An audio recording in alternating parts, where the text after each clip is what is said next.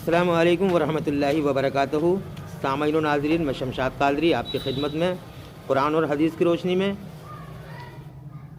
حضرت ابراہیم علیہ السلام نے جب نمرود کو دعوت حق دی، نمرود سے کہا کہ اے نمرود، اپنے آپ کو خدا مت کہلوا، اپنی پرستش مت کروا، لوگوں سے اپنی عبادت مت کروا۔ عبادت کرنے لائق صرف اور صرف اللہ کی ذات ہے، وہ وحدہ لا شریک ہے، اس کا کوئی شریک نہیں ہے، اس کے جیسا کوئی نہیں ہے، نہ اس کا کوئی باپ ہے نہ اس کا کوئی بیٹا ہے، وہ بے نیاز ہے، اس کا کوئی ہمسر نہیں ہے، ساری کائنات کا مالک ہے۔ اے نمرود، پرستش کرنے کے لائق صرف اللہ رب العزت کی ذات ہے، تو اپنے آپ کو خدا مت کہلوا، اس کی پرستش کر جس نے ساری کائنات کو پیدا کیا ہے، جس نے تجھے بھی پیدا کیا ہے، مجھے بھی پیدا کیا ہے، زمین و آسمان، چاند، سورج، ستارے، شجر، حجر، غرض کے ہر شے کو پیدا کرنے والا میرا رب ہے۔ اے نمرود، اس کی عبادت کر، اپنے آپ کو خدا مت کہلوا۔ تو نمرود یہ سن کر بھڑک گیا، غصے میں ہو گیا، کیونکہ وہ بہت تکبر اور مغرور تھا، وہ بہت تکبر کرتا تھا، بہت غرور کرتا تھا، وہ بہت مغرور تھا۔ وہ بولا کہ اے ابراہیم، خدا، یہ خدا کیا ہوتا ہے؟ ارے خدا تو میں ہوں، میں لوگوں کی ضرورتیں پوری کرتا ہوں، ان کی حاجتیں پوری کرتا ہوں، تو خدا میں ہوں، میں اپنی عبادت کرواتا ہوں۔ خدا کون ہے؟ میں تو خدا کو نہیں مانتا کوئی خدا ہے۔ حضرت ابراہیم علیہ السلام نے کہا کہ اے نمرود، تو بہت غلطی پہ ہے، تو بہت بھٹکا ہوا ہے، تو گمراہی میں ہے۔ اے نمرود، خدا وہ ہے جس نے ساری کائنات کو پیدا کیا ہے، تجھے بھی پیدا کیا ہے، مجھے بھی پیدا کیا ہے، وہ چاہیں تو سب کو فنا کر دے گا۔ نمرود نے کہا میں نہیں مانتا کسی خدا کو، میں خود خدا ہوں، معاذ اللہ۔ حضرت ابراہیم علیہ السلام نے اسے بہت سمجھایا، جب وہ نہیں مانا تو حضرت ابراہیم علیہ السلام نے اسے بہت سمجھایا اور اس نے پھر غصے میں آ کر کہ اے ابراہیم، تو اپنے آپ کو خدا کا رسول کہتا ہے اور کہتا ہے کہ اللہ ایک ہے اور میں اس کا رسول ہوں، اللہ نے مجھے تمہاری ہدایت کے لیے بھیجا ہے۔ اے ابراہیم، اگر میں تجھے مار دوں، میں تجھے سزائے موت دے دوں تو تم میرا کیا کر سکتا ہے؟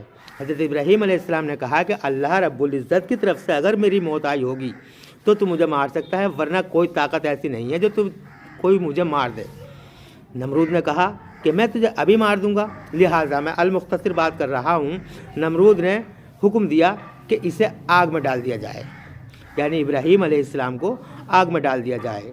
لہٰذا اس کے حکم کے مطابق اس کے آدمیوں نے آگ کا ایک بہت بڑا گڑھا تیار کیا اور اس میں بہت دنوں تک آگ دہکائی، اور جب وہ آگ دہک گئی اور وہ آگ آسمان سے باتیں کرنے لگی تو نمرود نے حکم دیا کہ اب اس کو آگ میں پھینک دیا جائے۔ اب مسئلہ یہ ہوا کہ اتنی تیز آگ جس کے قریب تک جانا بھی مشکل تھا، حضرت ابراہیم علیہ السلام کو آگ میں کیسے پھینکا جائے؟ تو کسی نے مشورہ دیا کہ ایک گوفن بناؤ۔ گوفن تیار کی گئی اور اس میں حضرت ابراہیم علیہ السلام کو بٹھایا گیا، اور اس گوفن کو گھما کر پھینکنے کی جب تیاری کی گئی تو اب گوفن نہیں اٹھتی ہے۔ نمرود کے آدمی بہت کوشش کرتے ہیں گوفن کو اٹھانے کی، لیکن گوفن نہیں اٹھتی ہے، کیونکہ فرشتوں نے آ کر گوفن کو پکڑ لیا۔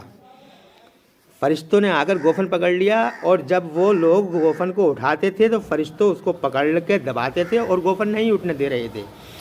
نمرود کے آدمیوں نے نمرود سے کہا کہ اے بادشاہ سلامت، ہم گوفن اٹھانے کی بہت تیاری کرتے ہیں، لیکن گوفن ہم سے نہیں اٹھتی۔ تو نمرود نے اپنے وزیروں، مشیروں، جوتشیوں سے اور جو نجومی وغیرہ تھے ان سے مشورہ کیا کہ بھئی ایسا کیوں ہو رہا ہے کہ گوفن کیوں نہیں اٹھ رہی؟ تو اسے مشورہ دیا۔ اسی مشورہ دینے والوں میں شیطان ابلیس، شیطان لعین بھی وہاں آدمی کی شکل میں حاضر ہوا، اور اس نے مشورہ دیا کہ یہاں پر گوفن کے پاس خوبصورت لڑکیاں بلائی جائیں اور نوجوان لڑکے بلائے جائیں اور ان سے زنا کرایا جائے۔ لہذا نمرود کے حکم کے مطابق ایسا ہی کیا گیا۔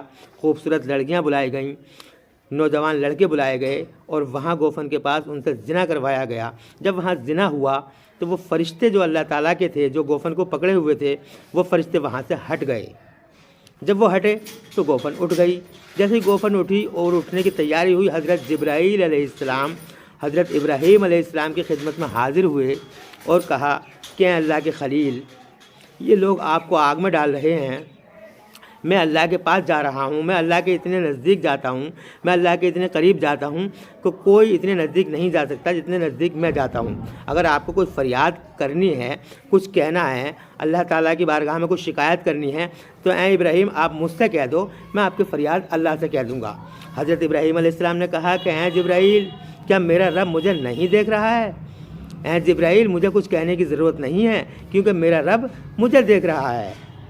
دیکھتا ہے مجھے رب جلیل،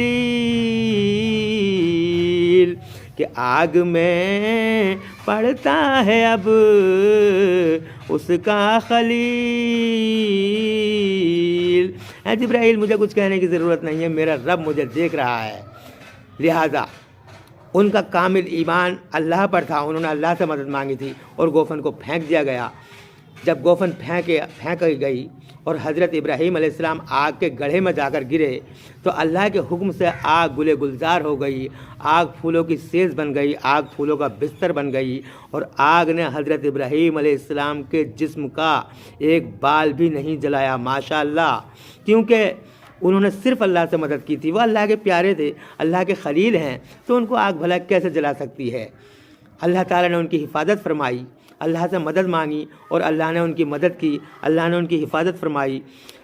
اللہ رب العزت سے دعا ہے کہ اللہ رب العزت حضرت ابراہیم علیہ السلام کے صدقے میں ہماری بھی حفاظت فرمائے، ہمارے ایمان کی حفاظت فرمائے۔